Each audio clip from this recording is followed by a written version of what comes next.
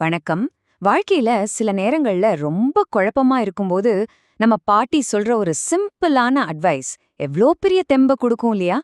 இன்னைக்கு நாம பார்க்க போறதும் அப்படியான ஒரு பாட்டிய பத்தி தான்.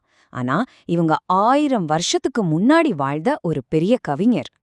வாங்க ஒரு கேள்வியோட ஆரம்பிக்கலாம். இப்போ இருக்கிற இந்த வேகமான நவீன உலகத்துல ஒரு நல்ல வாழ்க்கைய வாழ்றதுக்கான மிகச்சிறந்த வழிகாட்டுதல் 1000 வருஷத்துக்கு முன்னாடி இருந்து வந்திருந்தா எப்படி இருக்கும்? நாம இன்னைக்கு ஆழமா பார்க்க போறது ஔவையாரோட படைப்புகளை பத்தி தான். தமிழ் இலக்கியத்துல அவங்கள ஒரு பாட்டி மாதிரி ரொம்ப மரியாதைக்குரிய ஒரு நபரா தான் பார்ப்பாங்க. அவங்களோட ரொம்ப ரொம்ப சிம்பிளான வார்த்தைகள் ஒரு அர்த்தமுள்ள வாழ்க்கைய வாழ்றதுக்கு எவ்வளவு சக்தி வாய்ந்த ஒரு வழிகாட்டியா இருக்குன்னு பார்க்கலாம். ஔவையாரோட திறமைய அவங்க குழந்தைங்களுக்கு சொன்ன பாடங்கள்ல இருந்து தான் தொடங்குது. ஆத்திச்சூடியில வர்ற அந்த சின்ன சின்ன ஒரு வரி பொன்மொழிகள் ஒரு ஒழுக்கமான வாழ்க்கைக்கு தேவையான அஸ்திவாரத்தையே போட்டு தருது. பாருங்க, அவங்களோட முதல் அறிவுரையே எவ்ளோ பவர்ஃபுல்லா இருக்குன்னு. அறம் செய் விரும்பு. இது சும்மா வார்த்தைகள் இல்லைங்க, ஒரு நல்ல குணத்தை உருவாக்குறதுக்கான முதல் படி இதுதான். முதல்ல நல்லது செய்யணும்னு மனசுல ஆசை வரணும். அங்கிருந்து தான் எல்லாமே ஆரம்பிக்குது. அதுக்கடுத்ததா ஆறுவது சினம். கோவம் நம்மள எவ்ளோ தூரம் அழிச்சிடும்னு நம்ம எல்லாருக்குமே தெரியும். இந்த ரெண்டே வார்த்தையில நம்ம உணர்ச்சிகளை கட்டுப்படுத்துறது தான் அமைதியான வாழ்க்கையோட சாவின்னு ஔவையார் நமக்கு சொல்லிக் கொடுக்கறாங்க. அடுத்து இளமையல் கல். இது எல்லா காலத்துக்கும் எல்லாருக்கும் பொருந்துற ஒரு சூப்பரான அட்வைஸ். ஒரு ஞானமான வாழ்க்கையை உருவாக்கணும்னா சின்ன வயசுல இருந்தே தொடர்ந்து கத்துக்கிட்டே இருக்கணும். அதுதான் பேஸ்மெண்ட்னு ரொம்ப அழுத்தமா சொல்றாங்க.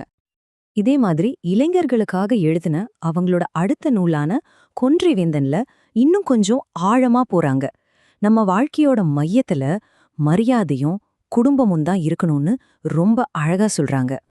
சரி, குழந்தைங்களுக்கு சொன்ன பாடங்கள்ல இருந்து இப்போ பெரியவங்களுக்கு சொன்ன ஆழமான விஷயங்களுக்கு போலாம். மூதுரையில வாழ்க்கையோட சிக்கலான உண்மைகளை புரிய வைக்கிறதுக்கு ஔவையார் எவ்வளவு அழகான உவமைகளை பயன்படுத்திருக்காங்கன்னு பாருங்களேன். இந்த ஒப்பீடு எவ்வளவு பவர்ஃபுல் பாருங்க. நன்றியுள்ள ஒருத்தருக்கு நாம செய்யற உதவி கல்லுள்ள செதுக்கின எழுத்து மாதிரி என்னைக்குமே அழியாது. ஆனா நன்றியே இல்லாத ஒருத்தருக்கு செய்யற உதவி தண்ணி மேல எழுதுற மாதிரி அடுத்த செகண்டே காணாம போயிடும்.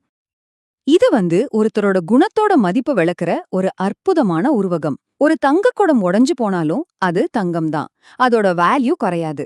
அதே மாதிரிதான் உயர்ந்த குணம் கொண்டவங்க கஷ்டத்துல இருந்தாலும் அவங்களோட மதிப்பு என்னைக்குமே குறையாது.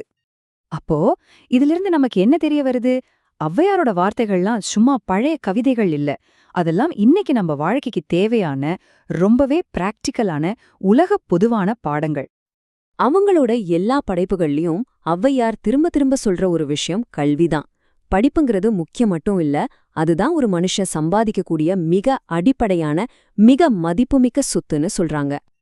மூதுரையில வர்ற இந்த ஒப்பீடு எவ்வளவு உண்மை பாருங்க. ஒரு ராஜாவுக்கு அவரோட நாட்டுல மட்டும்தான் மரியாதை, ஆனா படிச்ச அறிவாளிக்கு அவங்க போற இடமெல்லாம் சிறப்பு. அப்போ உண்மையான பவர் பதவியில இல்ல, அறிவுல தான் இருக்கு இல்லையா? அவங்களோட அறிவுரை தனிப்பட்ட வாழ்க்கையோட நிக்கல, அது சமூகம் வரைக்கும் போகுது. நம்ம ஒவ்வொருத்தரோட நேர்மையும் நம்ம மொத்த சமுதாயத்தோட நல்லதுக்கு எவ்ளோ முக்கியம்னு இது நமக்கு ஞாபகப்படுத்துது. அப்போ ஔவையார் நமக்கு விட்டுட்டு போன சொத்து என்ன? அதுதான் அவரோட காலத்தால் அழியாத இந்த ஞானம்.